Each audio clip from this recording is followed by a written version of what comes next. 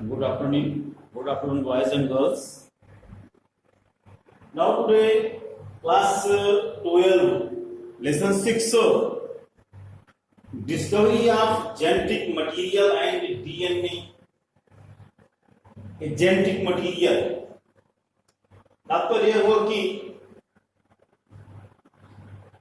आनुवांशिक पदार्थ की खोज और डीएनए आनुवंशिक पदार्थ। इस लेसन के अंतर्गत आज मैं आप लोगों को पूर्व केंद्रीय कोशिकाओं में डीएनए का प्रकुंडलन, इसके साथ साथ सुकेंद्रीय कोशिकाओं में डीएनए अणु का प्रकुंडलन पर चर्चा होगी। सुपर कॉइलिंग और packaging of DNA molecules in prokaryotic cells, पूर्व केंद्रीय कोशिकाओं में। तो भैया जो पूर्व केंद्रीय कोशिकाएं होती हैं, इन कोशिकाओं के एकल यानी सिंगुलर और हैप्लॉइड कर सकते हैं डीएनए अणुओं का गुणसूत्र के रूप में संगठन नहीं होता। तात्पर्य कहने के यहाँ पे है तो क्रोमैटिक उसमें क्रोमोसोम के रूप में नहीं होते। उसका कारण है डीएनए अणु का गुणसूत्र के रूप में संगठन नहीं होता। गुणसूत्र कहा जाता है जरूर, लेकिन जो डीएनए मॉलिक्यूल्स है वह क्रोमोसोम के रूप में नहीं होता। कारण क्या है कि यहाँ पर अगर कॉइलिंग देखी जाए तो दो संरचनात्मक प्रोटीन्स होती हैं, HU तथा H, और कुछ एंजाइम है, जैसे एंजाइम है टोपोआइसोमरेसेस। तो ये प्रोटीन्स HU और H तथा एंजाइम इनकी सहायता से, अर्थात ये उसमें डीएनए अणु में अस्थायी रूप से जुड़ जाते हैं और जुड़ करके इनके कुंडलन जो है वो एक दूसरे के ऊपर लपेटे रहते हैं। यहां पे हम कह सकते हैं कि ये अणु जो होते हैं रस्सी की भांति वलित होकर के एक दूसरे के साथ मिक्स करके ऐड करके अणुओं का पराकुंडल संग्रह कर लेते हैं। यही कारण है कि इस प्रकार के जो पराकुंडल हैं इन्हें प्लेक्टोनेमिक कुंडल कहा जाता है। क्या नाम दिया गया है? यहाँ जो पराकुंडल हुआ वो प्लेक्टोनेमिक। तात्पर्य यहाँ पे यह है कि जो डीएनए का अणु है वह प्रोटीन्स तथा एंजाइम्स के अणु इसके साथ अस्थायी रूप से जुड़ करके रस्सी की भांति अपने ही ऊपर वार वार वलित हो जाते हैं। अपने ही ऊपर वार वार वलित हो जाने और रस्सी की भांति ऐड कर गुथ जाने से ही इनका पराकुंडलन होता है। और इस प्रकार के पराकुंडलन को प्लेक्टोनेमिक, या सेंटेंस याद रखना है, प्लेक्टोनेमिक पराकुंडलन कहा जाता है। इसमें जो एंजाइम्स हैं या प्रोटीन्स मॉलिक्यूल्स हैं ये इसके साथ अस्थायी रूप से संबंध नहीं बनाती, नहीं होती हैं। इस प्रकार ऐसे डीएनए को गुणसूत्र के बजाय, क्रोमोसोम के बजाय पूर्व गुणसूत्र प्रोक्रोमोसोम और जीनोफोर कहा जाना अधिक उचित होता है। इस प्रकार से पूर्व केंद्रीय कोशिकाओं में केवल दो प्रोटीन्स और कुछ एंजाइम जैसे टोपोआइसोमरेस इन डीएनए अणु से जुड़ जाते हैं और ये अपने में ही, अर्थात वो डीएनए अणु जो है अपने ही ऊपर वलित हो जाता है बार बार और रस्सी की भांति ऐड करके प्रकार का प्रकुंडलन कर देता है। क्योंकि ये एंजाइम्स था प्रोटीन्स के मॉलिक्यूल्स इसके साथ अस्थायी रूप से नहीं जुड़े होते हैं, इसलिए इन्हें नाम दे दिया गया प्रोक्रोमैटिन और जीनोफोर। अब बात यहाँ पे आती है केंद्रीय कोशिकाओं में डीएनए अणु का पराकुंडलन। अर्थात सुपर कॉइलिंग और packaging of DNA molecules in eukaryotic cell. तो इनमें सबसे पहले हम जानते हैं क्रोमैटिन क्या होते हैं। क्रोमैटिन जिसे कहते हैं क्रोमोसोम, क्रोमैटिन ये कोशिकीय जीवों अर्थात प्रोटिस्टा तथा सभी बहुकोशिकीय पादपों और जंतुओं में जो कोशिकाएं होती हैं वो केंद्रक युक्त होती हैं, अर्थात सुकेंद्रीय न्यूक्लिएटेड होती हैं और इनके केंद्रक में एक दो या अधिक जोड़ी क्रोमोसोम अर्थात गुणसूत्र पाए जाते हैं।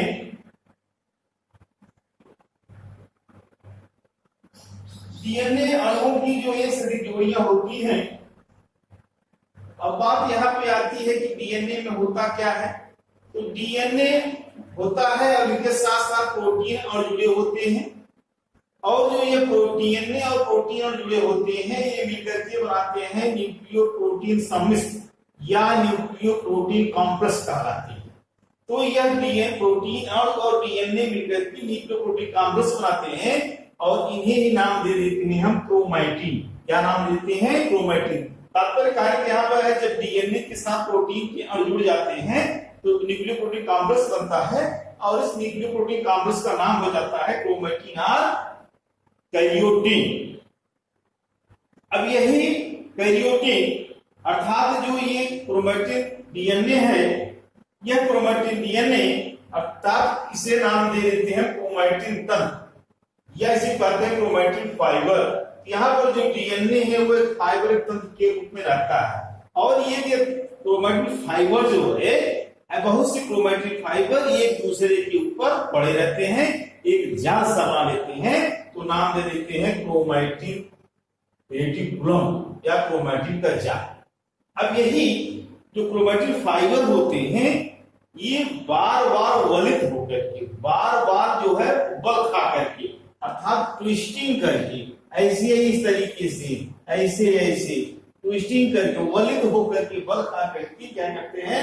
कुंडलन कर लेते हैं और इस प्रकार के कुंडल को नाम दिया जाता है सोलिनॉइड पराकुंडलन। क्या नाम देते हैं? सोलिनॉइड पराकुंडलन। जबकि ऊपर बताया गया इलेक्ट्रॉनिक, क्यों? इसलिए बताया गया था कि यही डीएनए अणु वह अपने ही ऊपर रस्सी की भांति ऐड करके यहाँ बना था, जब यहाँ ऐसा नहीं है, यहाँ ऐसा नहीं है। यहाँ पर क्रोमैटिन जो फाइबर्स हैं ये ट्विस्टिंग करते हैं, बार बार वलित होते हैं और वलित होकर के क्वालिन बनाते हैं। इस कारण ही नाम दिया गया सोलिनॉइड पराकुंडलन या सोलिनॉइड सुपर क्वालिन। तो इस प्रकार से एक क्रोमैटिन हो गया। और क्रोमैटिन में जो होता है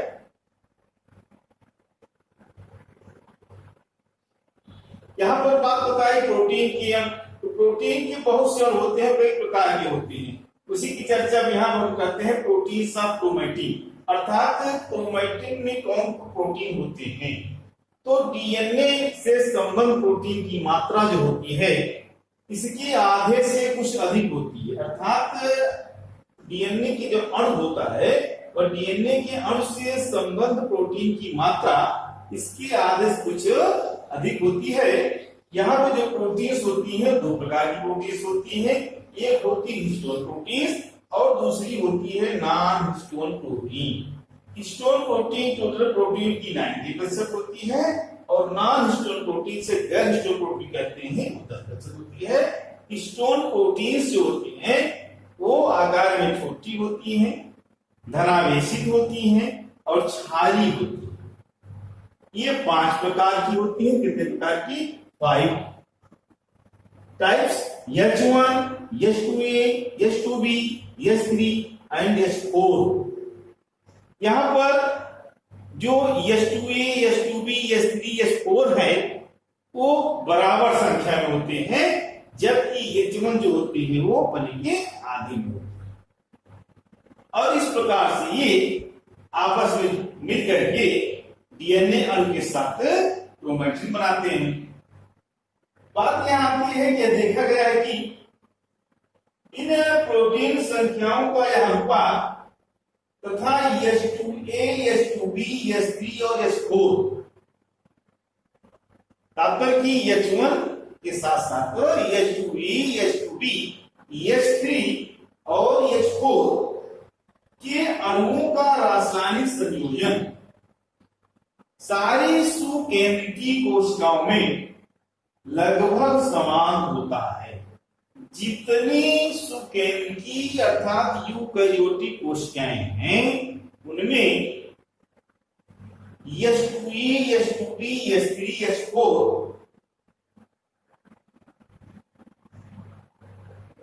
के अणुओं का रासायनिक संयोजन तथा इनका अनुपात का मतलब यहाँ क्या होता है कि ये जो होती हैं बराबर में होती हैं और ये आधे में होती हैं।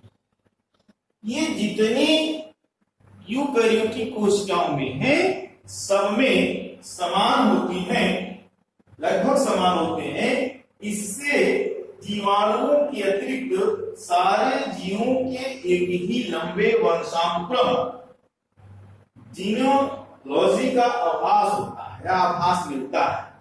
जब देखा गया सब एक साथ इसका मतलब से कुछ जीवन हुआ है। इसमें एक अकेले अपवाद है कुछ जंतुओं की नर कोशिकाओं की हिस्टोन के बजाय प्रोटीन होती है। कुछ नर होते हैं जिनकी नर कोशिकाओं के सेल होते हैं जिसे हम नाम देते हैं नर जन कोशिकाएं अर्थात सेल होती हैं। उनमें हिस्टोन प्रोटीन के बजाय प्रोटीन क्या पाया जाता है, प्रोटीन प्रोटीन होती है। प्रोटीन एक अलग प्रकार की प्रोटीन होती है जो हिस्टोन प्रोटीन के स्थान पर पाई जाती है। इसके अतिरिक्त सभी सुकेंद्रीय कोशिकाओं में हिस्टोन प्रोटीन ही पाई जाती है। इस प्रकार हिस्टोन संरचनात्मक प्रोटीन होती है। यहाँ हिस्टोन क्या है, हिस्टोन जो है वो संरचनात्मक प्रोटीन, हिस्टोन एक संरचनात्मक प्रोटीन होती है और डीएनए अणु के पुनर्गठन में भाग लेती है, उसी के साथ वो जुड़ी रहती है। यह हिस्टोन प्रोटीन ये भी कई प्रकार की होती हैं और ये बड़ी होती है या बेसिक होती तथा अम्लीय होती हैं। रचनात्मक एवं क्रियात्मक दोनों ही प्रकार की और अधिकांश अम्लीय प्रोटीन होती हैं।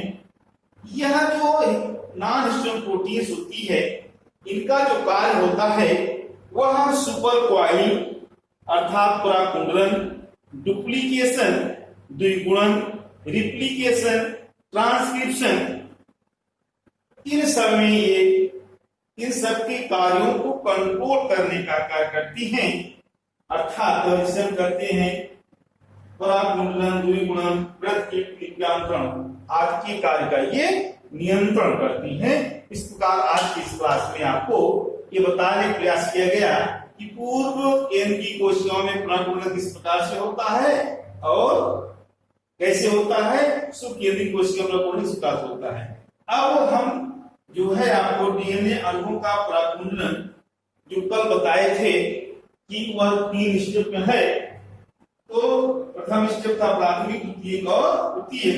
तो कल डीएनए अणुओं के पराकुंडलन का प्रथम चरण शुरुआत करेंगे और उसमें आपको हम न्यूक्लियोसोम प्रतिरूप दिखाएंगे, न्यूक्लियोसोम मॉडल दिखाएंगे और उस न्यूक्लियोसोम मॉडल में आपको यह जो है वो डीएनए अणु और उसके साथ साथ जो है H1, H2A, H2B, H3 और H4 को दिखाएंगे कैसे ये आपस में जुड़ते हैं। और वही जो है प्रथम चरण होगा, फर्स्ट स्टेप होगा किसका, सुपर कॉइलिंग का। इसमें सुकेंद्रीय कोशिकाओं के वीडियो आप लोग अच्छे से पढ़िएगा, कमेंट करिएगा, शेयर करिए, सब्सक्राइब करिए, लाइक करिए और लोग बात पूछ सके। धन्यवाद।